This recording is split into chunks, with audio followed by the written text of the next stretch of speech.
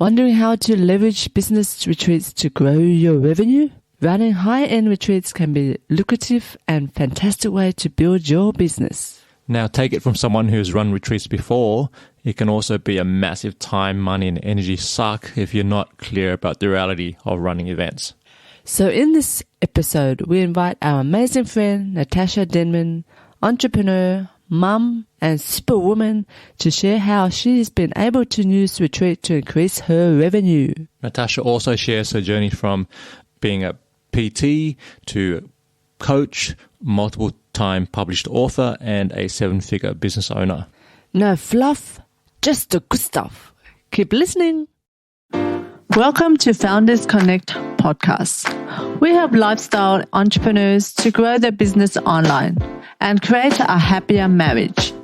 Did you know that approximately 45% of marriages end up in divorce and 65% of all startups fail due to founder conflicts? Well, we're here to change that. Each week we bring you an inspiring guest and practical tips to help you with business, relationships, and sustainable living. Now let the fun begin!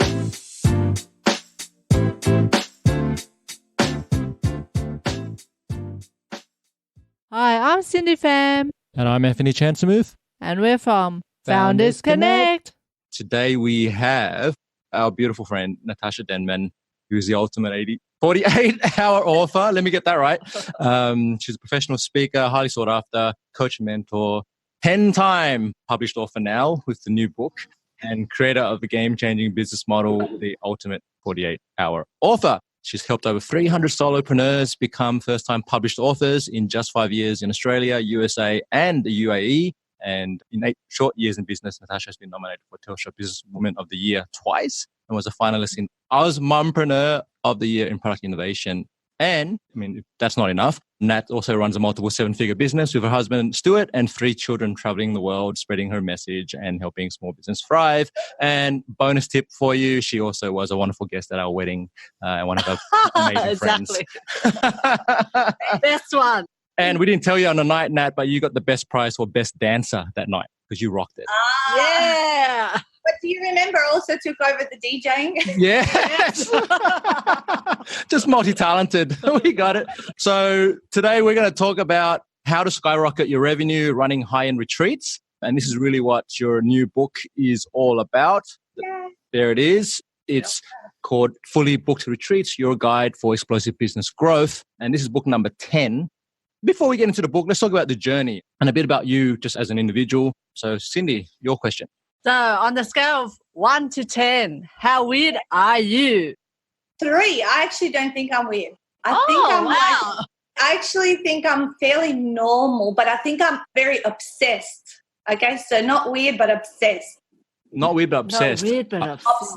Okay. Obsessed about my passion, because if you have no obsession about what you love doing, I don't think it's sustainable. And because people see me running around and doing all the things that I do and writing all the books and helping all the people, and they go, I don't know how you have the energy. And I said, I don't think you'd have the energy unless you had obsession around what you do. So I don't think I'm actually a weird person. Oh, there you go. Well, maybe it's the level of obsession. Yeah. No, I love that. Obsession, just awesome. Okay. I think I know the answer to this, but if you had all the time and money in the world, what would you be doing? I still the same thing, because I find my business very entertaining. And whenever I'm on holidays, and right now I'm entering a period of 2 months of pretty much I could sit around and do nothing and travel or just be by my pool with my kids. However, towards the end of this period of the summer break, I start to get really, really, really bored, and like I just want to get back on the road. I want to go out with people. I want to do my events. I want to have purpose and tasks to complete. I've got, I guess, a very strong achiever pattern within me. So unless I feel I've achieved something, rather than just sitting around maybe reading books and all that, which again gets old. Like, you know, most people are looking for this beach lifestyle or laptop lifestyle, all that sort of stuff. But at the end of the day, I don't think that is what I would want or would make me happy. I think people who do nothing get really depressed.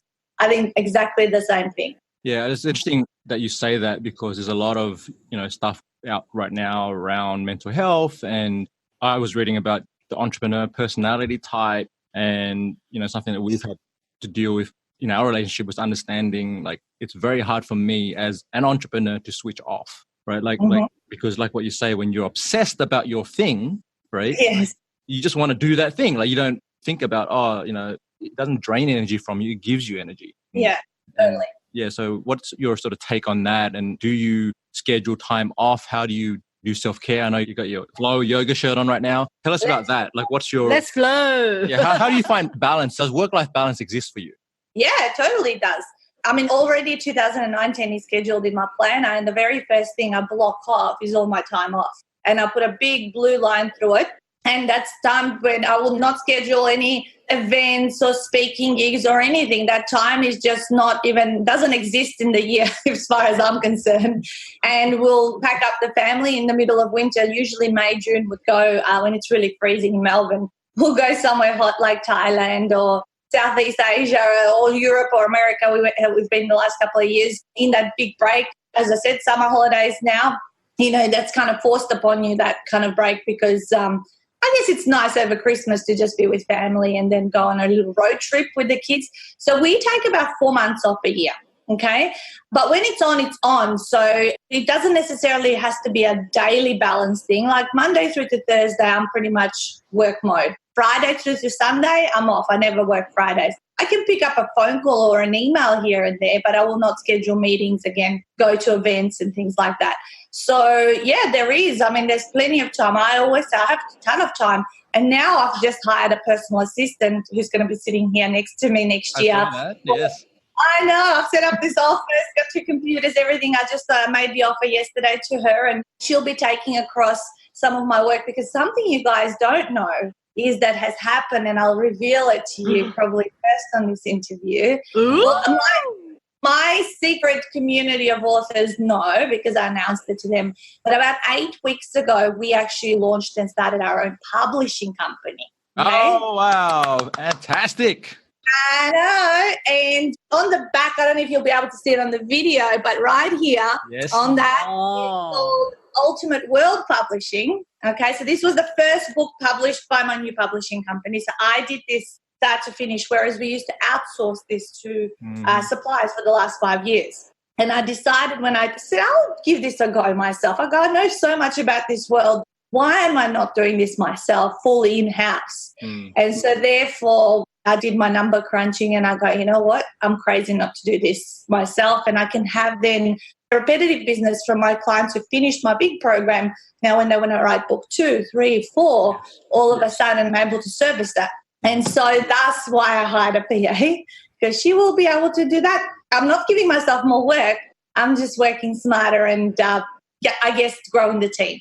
To me, that's a next logical step for what you do, because that just means we see this with Woolies, and they sort of start off with certain products and grocery, then they end up owning the farms that produce products, and it's all the ability to scale and business models and all these sort of things. So I think that's a fantastic move for you, and definitely for your authors as well. That's just fantastic. Now, for people who don't know what the business is, so let's explain what is Ultimate 48-Hour Author and now publishing, what's it called? Something World? Ultimate World Publishing. Okay. I actually rebranded also a couple of weeks ago, and it's the same logo so that they both align. Because what we wanted to do is put the Ultimate World Publishing on the back of the books rather than 48-Hour Author, which can have a perception from those that don't know it that perhaps, this book was done super quickly and maybe it's not good quality, which is not true, right? But we thought, let's separate the publishing side of it from the actual retreat. So we're talking about also fully booked retreats. So Ultimate 48-Hour Author is a high-end retreat where people get taken care of from start to finish and are able to execute the content of their book within those 48 hours.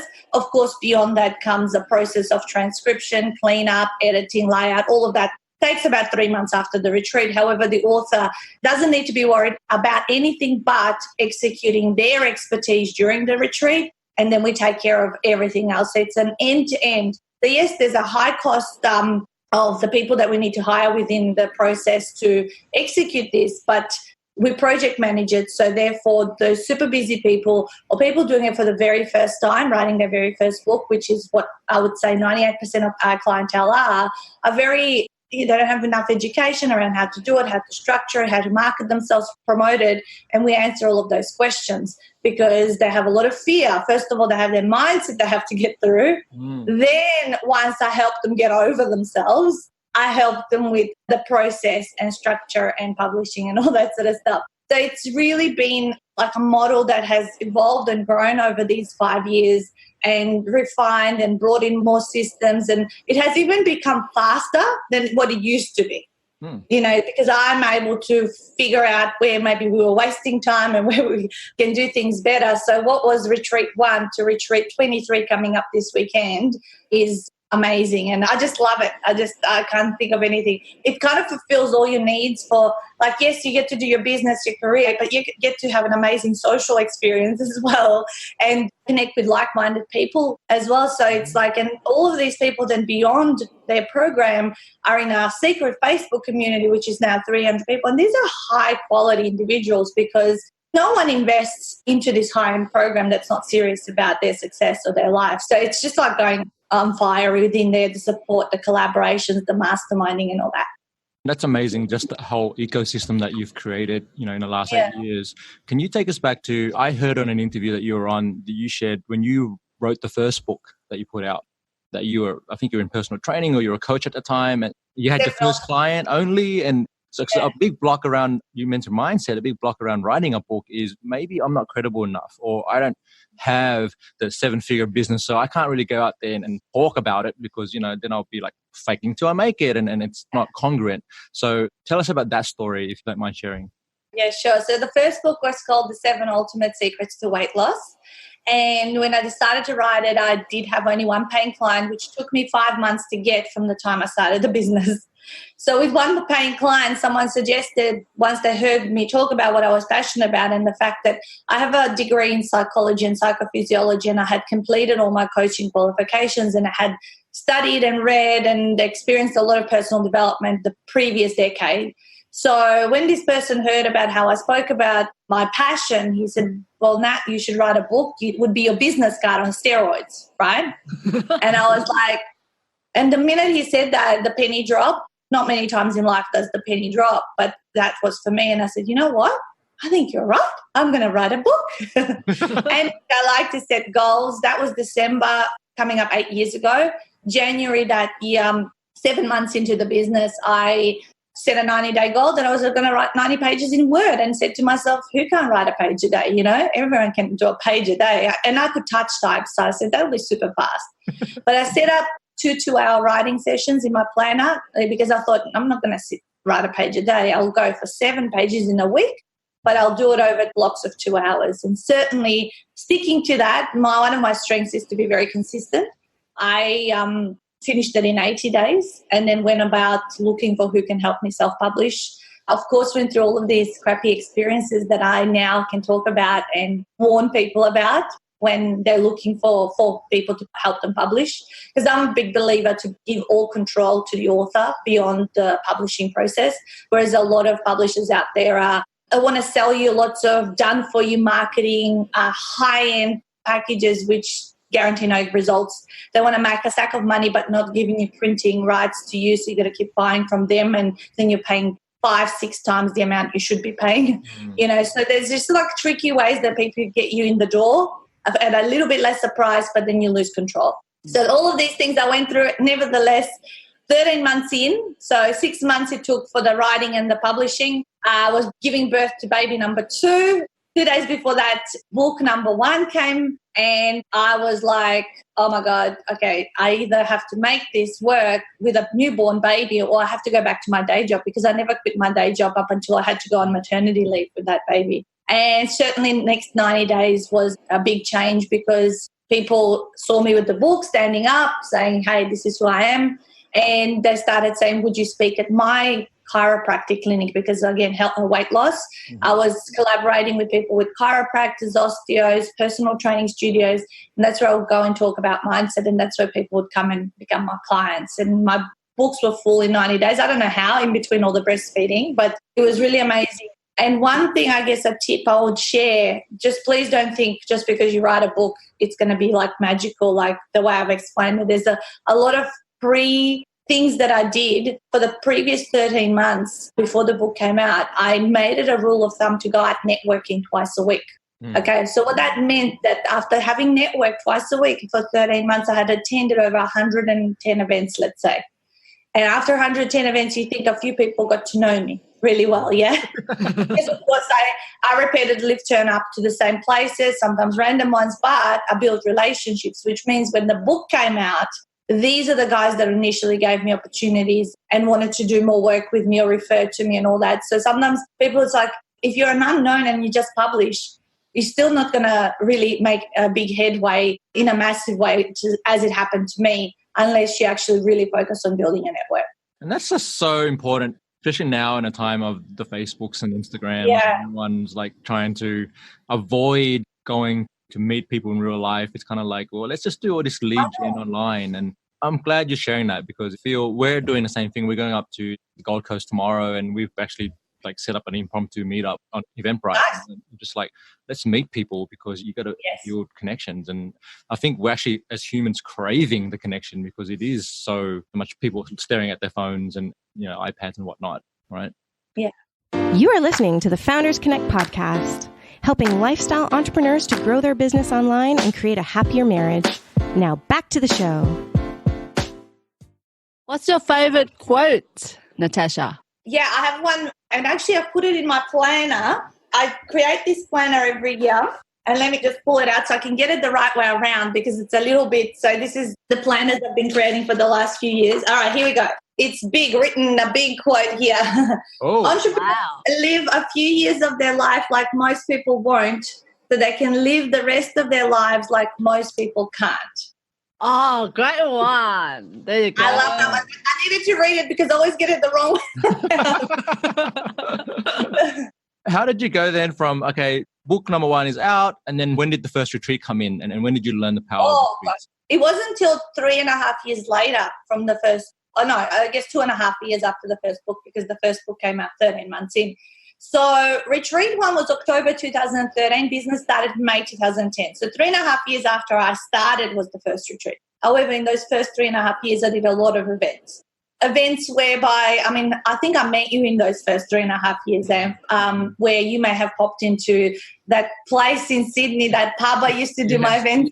I used to figure out ways, and those events were very small, 5, 10 people, 12 at the most. I didn't have money to put into Facebook ads, and I just hustled any way I could who knew a person that might be interested in this event, and I started doing my national tours without any paid advertising and without too much of a network in any of these cities, aside from what I tried to build over social media. And so did lots of events, which is the perfect way to continue generating business and clients for your business, because people meet you. That's where they build the trust, relationship, and boom, it happens. Rather than on social, you got to see someone 50 million times in order for them to be ready to buy from you.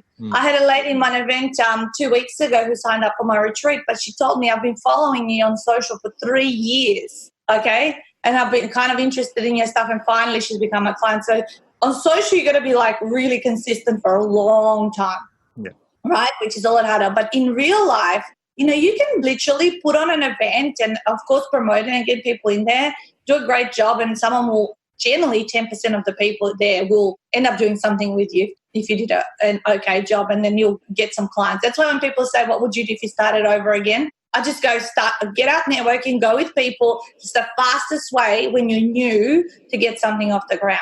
Yeah, not just hang on and hide away. That's one of my pet hates, is like that people hide away. They're so busy, but they're just crawling, and doing nothing really useful. So the idea for the first retreat was why did I want to do retreats? Because I wanted to trick people into following through. Okay? There's so many people go to seminars, go to educational stuff, invest in business coaches, do all of this stuff. So much money is being invested, but the reality is only 3% of them ever follow through and get a return on investment. After licensing my weight loss brand and selling my intellectual property, which was very successful, that was my first one-to-many kind of setup, I was seeing that decline of people following through and doing the work, and I was feeling really disheartened, because I go, well, they invested thousands of dollars to have this IP. They're really hot and heavy and excited the first 3 or 4 months, and then slowly they stop disappearing, and they flushed the money down the toilet, right? And I knew it wasn't my fault because I was providing more than enough support. But you can take a horse to water, you can't make him drink, right? Yep. So when I decided to meet the Ultimate 48 author, I go, how can I make people follow? How can I get as close to the 100% follow through and a result that is going to make me feel happy, but make them feel happy and all of that? And so I started thinking to myself, and of course I had done a book over a weekend myself. That's why I had the Ninja Couch Marketing book was the one I was the first guinea pig to take myself away on a weekend. And then I go, okay, I can reverse engineer this and then teach it to others. Then I go, okay, so if they were going to follow through, let's lock them down and make them do it over a weekend so everything is done. And then the other thing I go, but I need to do more than that, because if I just mentor them, again, they got to look for their publishers, got to look for designers, layout, photography. And then I thought, okay, I think I need to include everything. I said, this is going to be an expensive exercise, but I need to source what these things are going to cost me: accommodation, meals, transfers from the airport, publishers, layout people, designers, photographers, everything. And so I did. I come up with the price point, and I announced it. Of course, everyone that knew me or talked to, when I started to promote it said, have you done this before? Well, I have done it on my Ninja book, and that's all the proof that I said. So the first group were really people who already loved me, trusted me, knew me, my either ongoing business mentoring clients or people from networking that had known about it. The minute those guys had their books in hand 3 or 4 months after their retreat, which was March 2014, it was like, oh, everyone was interested. It's like, oh my God, that worked. I want to come and And the next 3 or 4 retreats was quite easy, to fill them and to execute them. I was like, oh, this is the best. But then we hit a point where they declined in numbers. So we had a couple of retreats where they have 5 and 5. My goal was to have 10 authors 4 times a year. Yep. And then it declined to 5, and I said, we're really like scrambling now.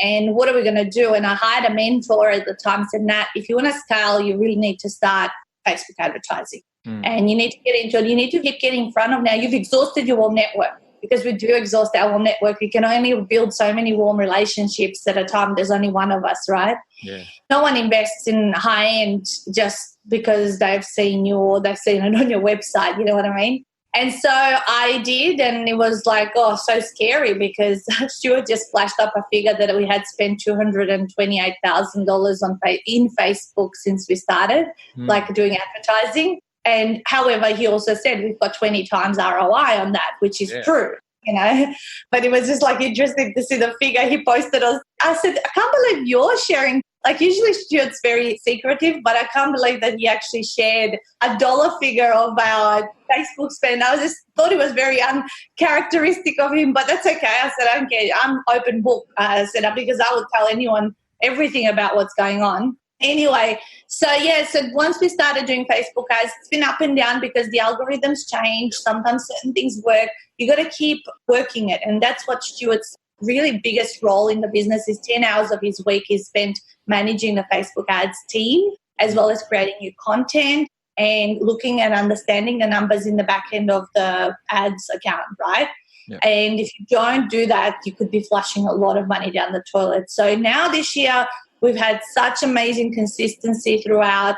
Our rooms are now up to 35, 40 people. It's probably capacity for what we do. Or maybe we need to do multiple events in a city if there's a lot of demand. But now we've got 2 national tours, which then fill our 4 retreats, which are now cranked up to 20 authors per retreat. So we're helping about 80 to 100 authors a year now. Like, it has scaled up a lot, as you said, multiple 7 figures, and Mum came part of the team. We hired our mum. Oh, wow. Full time. Yeah. Well, yes, she's full-time being paid, but she gets her pay every Thursday. But Mum's in charge of coming in to be with the kids whenever we need to jump on a plane, because I was doing all my interstate stuff alone and missing out on opportunities in sales unless you can talk to people immediately. So then we did a trial last year in September, and we saw we had a $550,000 a month. And I was like, whoa, with Stuart. And I said, that's it. We need to figure out how to get you more with me. And so this year in January, Mum, we stop cleaning and come work for us and kind of 80% retire. And so she comes and lives in with the kids when we have to do that. And she does my bookkeeping. And poor woman, I'm about to change on her the book and our systems. We've changed her on a really old system to a new one, but now I need to change to another one because that one doesn't have payroll. So she's 3 accounting systems. She's like, I'm going to kill you.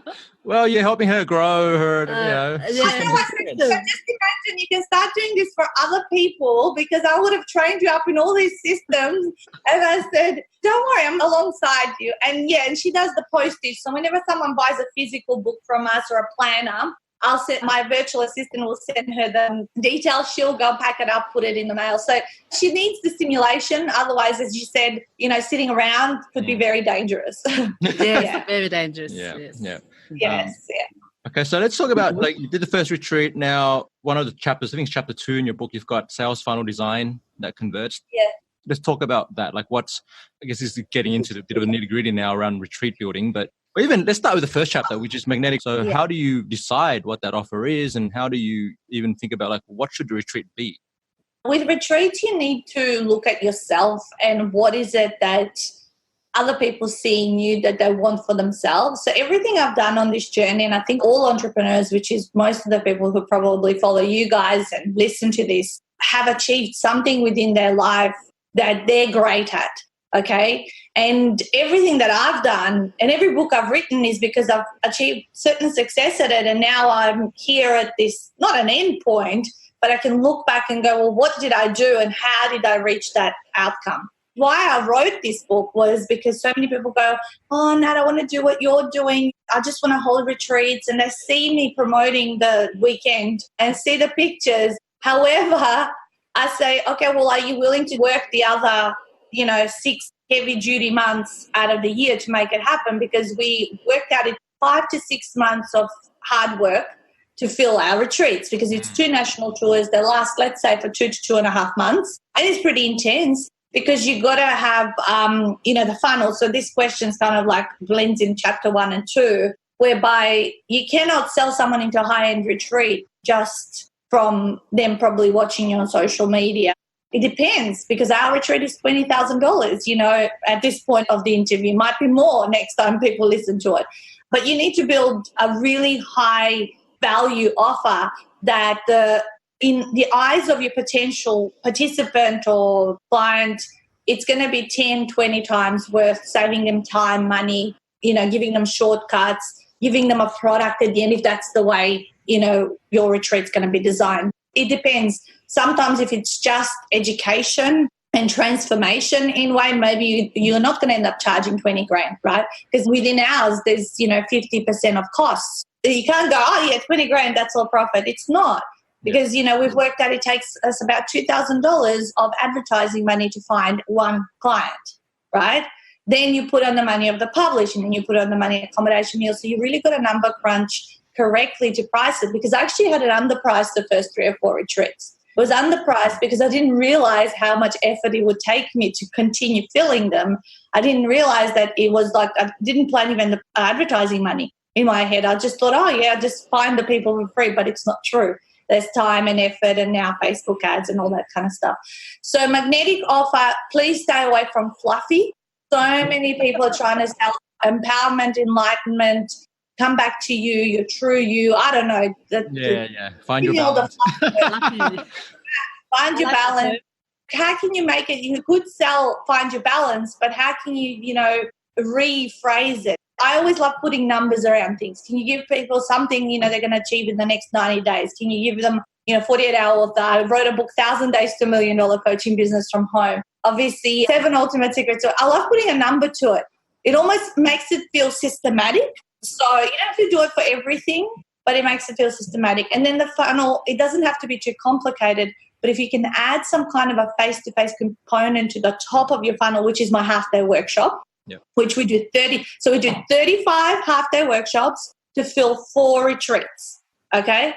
So 7 or 8 half-day workshops fill 1 retreat. Because sometimes people think I just want 1 or 2 off the top of the funnel and then I'll get my people for the retreat, but it's not true. Some will convert more, some will convert less, some will convert nothing. Yeah. You'll get some zeros throughout the year. So can you take us through the journey of launching in the US and in the UAE? Because that was interesting to see you do that, right? And what were some of the lessons and insights from that? You are listening to the Founders Connect podcast, helping lifestyle entrepreneurs to grow their business online and create a happier marriage. Now back to the show. Going into a new country, you're like fresh new baby that nobody knows. And you go into a culture that you think it's similar, especially with the US. You think, they're pretty similar to Aussies. No, they're not. No, they're not. They're not very similar. But having been there twice now, of course, I know a little bit about their style and how they behave and their decision making. So I'm able to work with it. But, oh, God, I was in tears after 3 events, half-day events, because I was alone with someone who I had just met who was my crew person on the road. I kind of hired him by distance. And I was just like in San Diego after we had done 3 half-days, and I think we had no one sign up, or someone signed up, but money wasn't in the bank yet for the deposit. It was like, oh my God, what's wrong with these people? I was just like crying. We spent so much. You spent probably 3 times the amount to fill the rooms as compared to Australia. Thankfully, we realized that because of one of my authors that we would be eligible for the Export Development Marketing Grant. So that's called the internship. And we got 20 grand back recently for our last couple of years of marketing overseas. That was great to kick back because we thought it was just completely on our own. In the end, launching in the US, we can say we ended up even. So we didn't lose money, which is great. I think most people say you lose money on your first couple of times going to another country. UAE was a different setup. I have a partner over there and he's on the ground. He knows the local laws, especially in the Dubai and Middle East. There's so many laws. And that was a completely different experience. I felt like a rock star, because it was like, welcome me, pick me up from the airport, just took me around everywhere, set up everything. He's an events guy. Historically, he had a company. Therefore, the way he did it was really Dubai style, luxury and all that sort of stuff. So, when people were coming, like we were in front of this banner, taking lots of photos, and then I was in this massive ballroom delivering my half day, which was also a very different vibe to doing it in front of 30 or 40 people. But it was wonderful to have the support of someone. And I'm more than happy to share the profit share that we've worked out is fair with the Mustafa because he did so much work. He just, to me, it was just turn up and do it. And now we've been able to establish a remote partnership because I no longer want to travel long haul. Like for me, it was great, but it took me away too much and too exhausting in addition to everything I need to do for Australia. So my decision was to continue working remotely with my international clients. And so Mustafa finds the sales. I service them through some mentorship and we have a person who then follows accountability. So I guess another VA who is keeping them accountable so we're not overwhelmed by return messages and all that. And I've just signed up someone from the US who I've completely never met. I've never advertised in their state. I don't know how she found me, but she said, I'm interested in what you do. We got on the phone and 2 days ago she signed up and she's another remote. So they don't need to now be a retreat participant. Yeah. They can go through. Now I have the option of just offering them publishing, right? Which means it's a much easier thing to sell on a call than a $20,000 program. Ideally, for all Australians that are listening to this, you don't want to not come to retreat. That's the ultimate experience and the ultimate way you're going to get the fastest result. Of all of these guys that are from international are going to be much slower. I think they're going to be taking 6 to 12 months. I know because I can see a few of them that we're working with right now.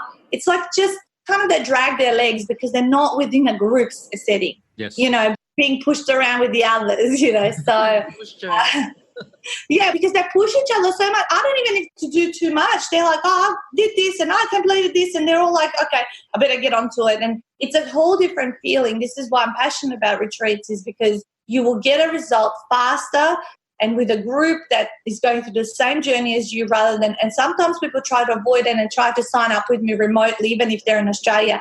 And I say, as long as you expect that you're going to get this done in 12 months and not 2 or 3, you know, and just know because you're going to be on your own and you're going to feel isolated. You're going to, you know, have to be doing the tasks as I tell you. But again, you're not going to feel a sense of camaraderie and support from the group. So there you go.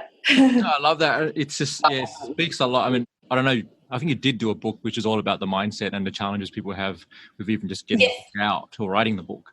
Shut up and write your first book is that book. There you go. That literally came out 2 months before this. So I've actually done 2 books in a very close period this year.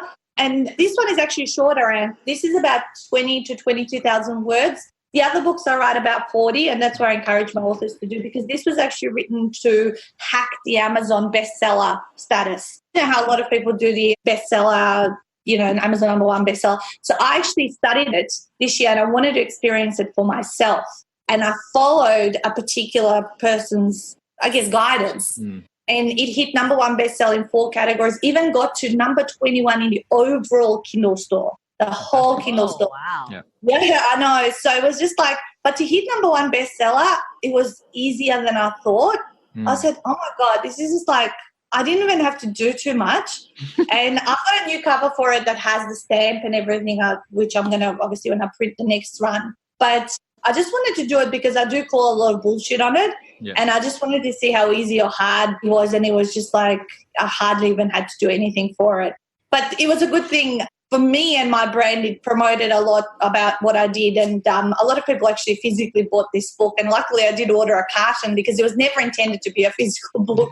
It's in the Kindle store, and actually, I love it. They're actually saying I'll probably end up writing more 20 to 25,000 word books now, because they're saying that it's short, sharp, to the point, and just gives a lot of practical stuff and not a lot of fluff around it. Well, I think that's a solid point, because people just, like you said at the beginning of this call, is a lot of fluff, right? And people just give me the steps. And now audience is important, because if we're talking Aussies, yes, Aussies just don't want all the crap. It's just like, just tell me what to do, Nat. Don't, mess around. I don't have time, whatever it may be. So that's a good point. Okay, Cindy, you want to jump into relationships? So what was the moment when you knew your partner was the one that you want to be with for life? I didn't know. I still don't know. All right, where's Stu? Let's ask him the question. Where's Stu? No, I think I reached a point in my life where I thought, see, this is why I think I'm not weird and I think I'm so normal. I thought, okay, well, I'm about 28. Sounds like about the age that you should find someone that maybe if you do want to have children or something, you would do that. And I had come back from Europe and been single for a year, because I forced myself to be single for a year, because prior to that I had 2 or 3 long-term relationships that lasted for 2 or 3 years each. And I would go through this whole honeymoon period, and then I'd hit the end of it and get into like kind of just, I think I'm bored, I don't think I love him, da-da-da-da-da. And I didn't realize that actually life is about honeymoon routine mastery. Okay, so there's 3 stages. And you go through honeymoon, and then you got to stick out that routine period and all that sort of stuff. And that it's not going to be those sparks that it used to be at the beginning. And then, of course, you get to a point where you've reached mastery and you continue to do and grow like that. But, yeah, so when I met Stuart after, they literally got off a plane and got on another plane to go to a conference in Queensland, not having slept for a week after my crazy European trip. And I met him at that. We were working for OPSM, both of us. And we were managers, and that night, and I had checked him out before. I thought he was cute, but this was like, okay, tonight's my night, And I'm very good to manipulate any situation into my favor. And I got close to him through a past manager of mine, and we were like mucking around, having a few drinks. And of course, I kissed him that night, and then we just kept talking over the phone between our stores for a little while until we finally went on another date. And it was very slow to start with, and then we just kept, he moved out of further away, closer to me, to another place, which he shouldn't have. He should have just moved in with me, because that place stayed empty for the whole time he had the lease. And we bought our first house after that, got pregnant, and then got married. So we kind of bought a house, got pregnant, got married. And now we're 14 years together, 10 years married. Our oldest child just turned 10 a week ago. So that's how we count how long we've been married. It's like, how old is Judd? He's 10. Okay, that's how long we've been married, because 3 months after getting married, Judd was born. So I was like 6 or 7 months pregnant when I had my wedding. I'm just so fascinated by your thing with numbers, because you've like, I know. Your business is on your birthday or something. Like you've got these, My business anniversary is 24th of May. Every year. Actually, another thing, we got married on the same date we kissed. So 2nd of August is our 14-year anniversary together and 10-year wedding anniversary. It's interesting, isn't it? I just love numbers. That's why I also have been doing my own bookkeeping for all these years and teaching my mum. I actually really enjoy it. And I can remember, I like almost have photographic memory of my credit card numbers, my ABN, I don't need to, like, if someone needs to pay me, yeah, here's my BSB, here's my account number. I know all of that stuff and I don't need to look up stuff. There you go, see? Great. That's a definite natural numbers person. You've got a career in counting if you want that. She'd be bored to death. Oh, yeah. Okay, Cindy? What's the best tip for building sexual intimacy with your partner? Oh, especially as an entrepreneur. I think that's the sort of angle on that question. Yeah, holidays, lots of holidays. Holidays. I don't think it happens very much in the super busy period. I'm like in the zone. And when I can relax and have time off and, be in holiday mode and relax, I need to be rested. Otherwise, yeah. Stuart snores a lot. So a lot of the time we won't sleep together, as in for sleeping. So because I don't want to end up hating him, because I've seen many relationships be ruined by someone who snores a lot. Because they don't know they're doing it. They can't help it. Yes. But the other person is so frustrated and want to kill them. And I got to a point when we were having all of our kids that I needed to breastfeed and do all of that sort of stuff. And unless I was able to be all asleep through the night and have the energy, I wouldn't be able to run my business. So we actually decided that was okay, that actually we're so much more happier with it all and the way it operates, so that when everyone's rested, you don't get grumpy. You can imagine, when you travel and you get so tired traveling, and you get to a place and you start fighting. Well, we have a rule in the family, no one's allowed to fight within the first 24 hours of travel and arriving somewhere, because we know that we're all tired and short-fused. And that's the same thing for everyday life. If you are not rested, you're going to fight, you're going to want to kill each other. And so therefore get your sleep, save your sleep, and that will give you your sexual intimacy and love for each other. Otherwise, you can anchor a lot of bad vibes between one another. This is why most people will then split up. Great advice there. Sleep. Beauty sleep. That's right. As well. So after 14 years, what's your sort of biggest lesson around communication with Stuart? So he's a great listener, and it's good because I can just blurt out some really heavy stuff at times. And he just doesn't respond to it. He'll go away and think and ponder for 24, 48 hours. And then he'll come back and make a decision. Or sometimes when I make the big moves in business, like launching the publishing company was a big shock to him because he loves his comfort zone. As well as telling him I wanted to hire a PA, as it was like, again, change, But I said, don't say anything. I'm going to put it out there and go and think and ponder and make sense out of it in your own head. So I'm very happy and glad he's a great listener. I think that's one thing one person in the relationship needs to be. I think it's not me. I just need to blurt stuff out and all that. But that's, I would say, and also doing personal development for both people, doing personal development, because when you're able to see from a perspective of they weren't doing that to me, or not coming from blame and not saying this person is a bad person in the relationship because they don't do X, Y, and Z and vice versa, and acceptance. Like he always talks about the fact that sometimes when I'm on holidays, I will pick up my computer and business mode for a couple of hours because I just enjoy it. I used to get frustrated when I did that in the early days. And I would get frustrated when he came on board on the business after quitting his job, that he wouldn't touch anything to do with business when we were away. Yeah. And I was like, why doesn't he just do a little bit, and all that kind of stuff. And so nowadays we all both know when we are, so we just kind of accept what the other person wants to do. So acceptance and listening and telling each other stuff that where maybe like I'm able to vent to him. So he's a really great vent buddy. So whenever something happens on social media, which, a lot of things happen, are said or done passively aggressively by other people, or, you could get the trolls. And I'm always about protecting my reputation. There's so many times I could have spoken up and said stuff on social, but I just will not, because I don't want it to backfire. Because once you get a bad thing put on you on the internet, it's very hard to make it go away.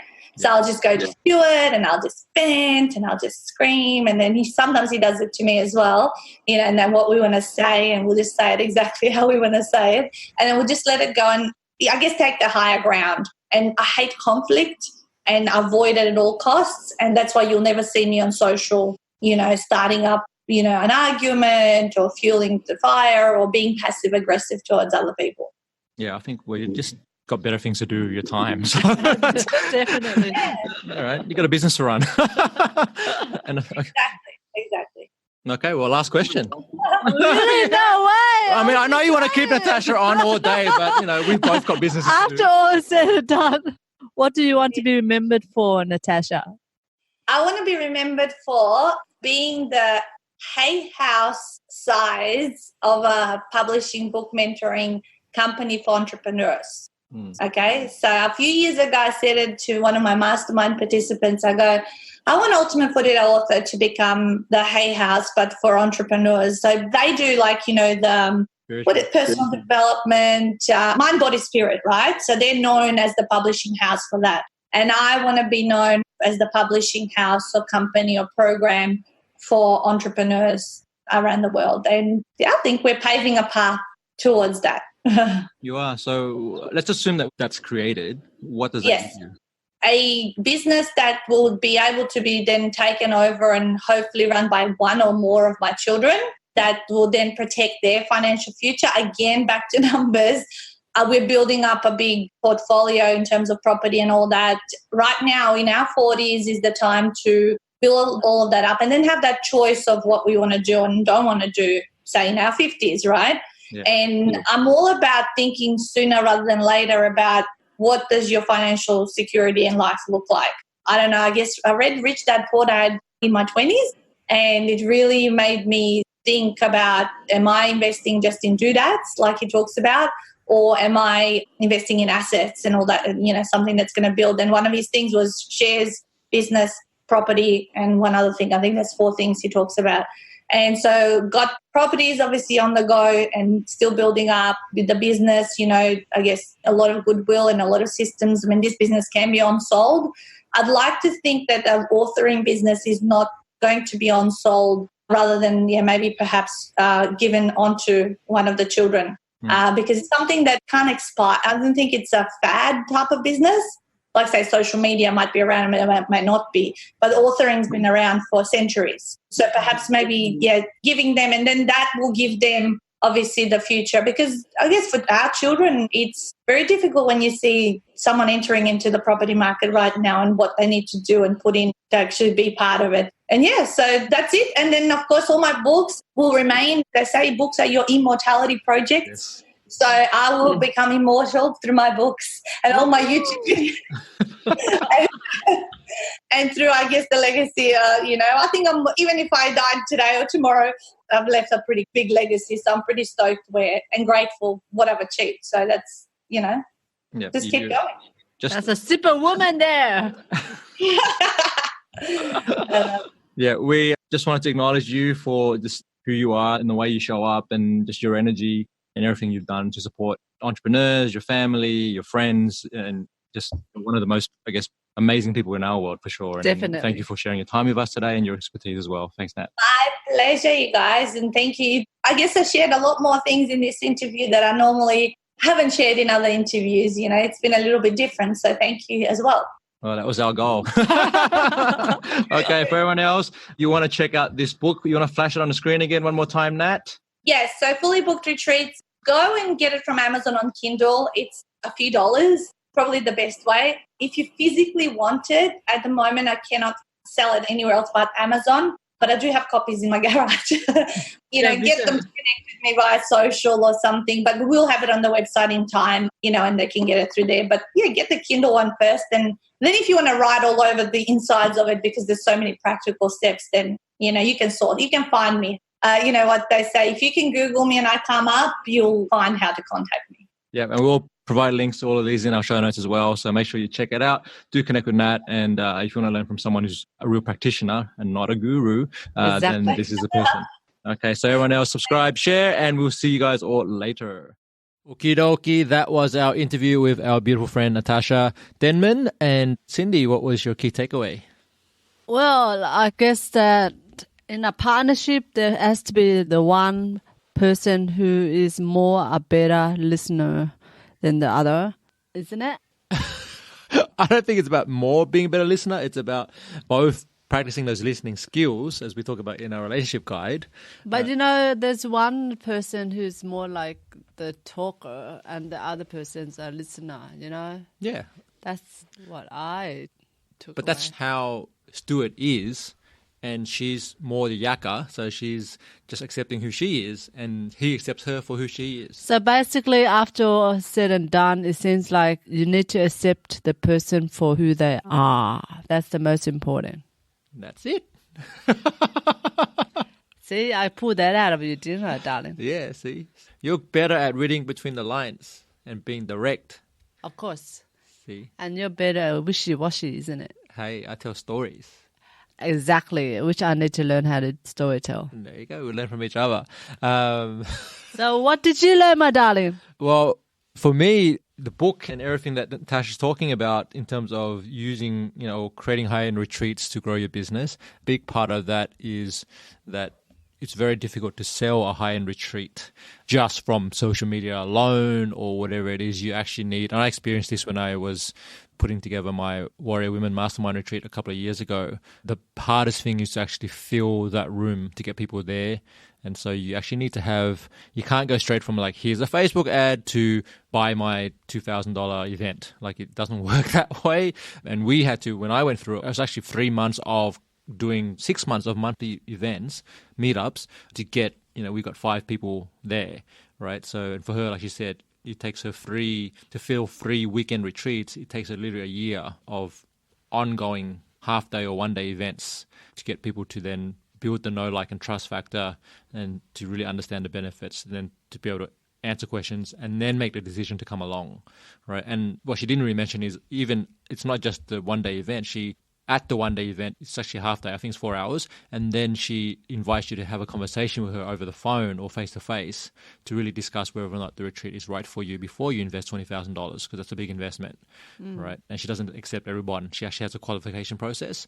So that's something that as we work through as consultants, as coaches, as VA, copywriter, whatever business you're in, that's very important to understand that you're not just going to get someone to buy your $2,000, $5,000 package because they saw a post on LinkedIn. There's going to have to be multiple conversations along the way. Definitely, isn't it? A lot more work than you anticipate.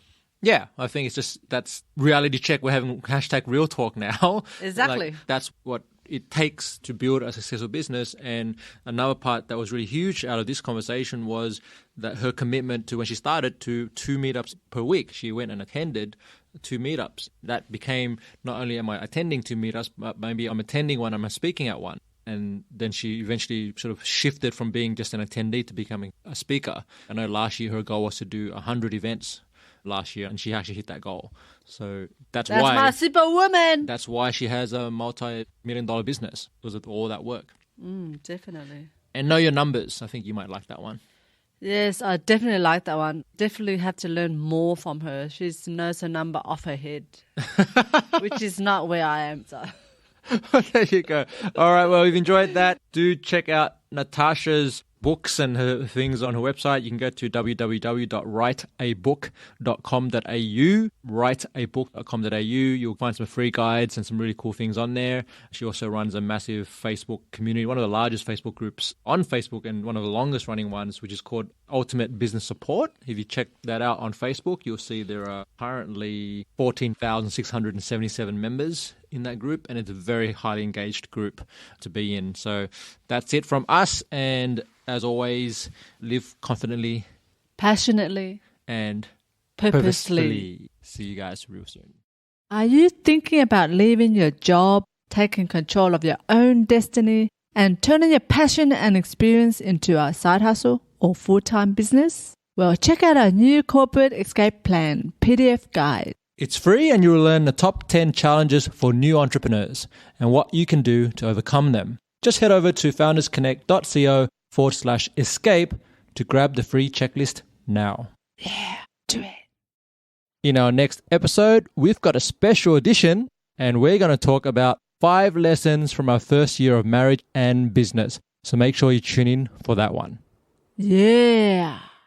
Thanks for tuning in. And remember to live passionately, purposefully, and confidently. Till next time.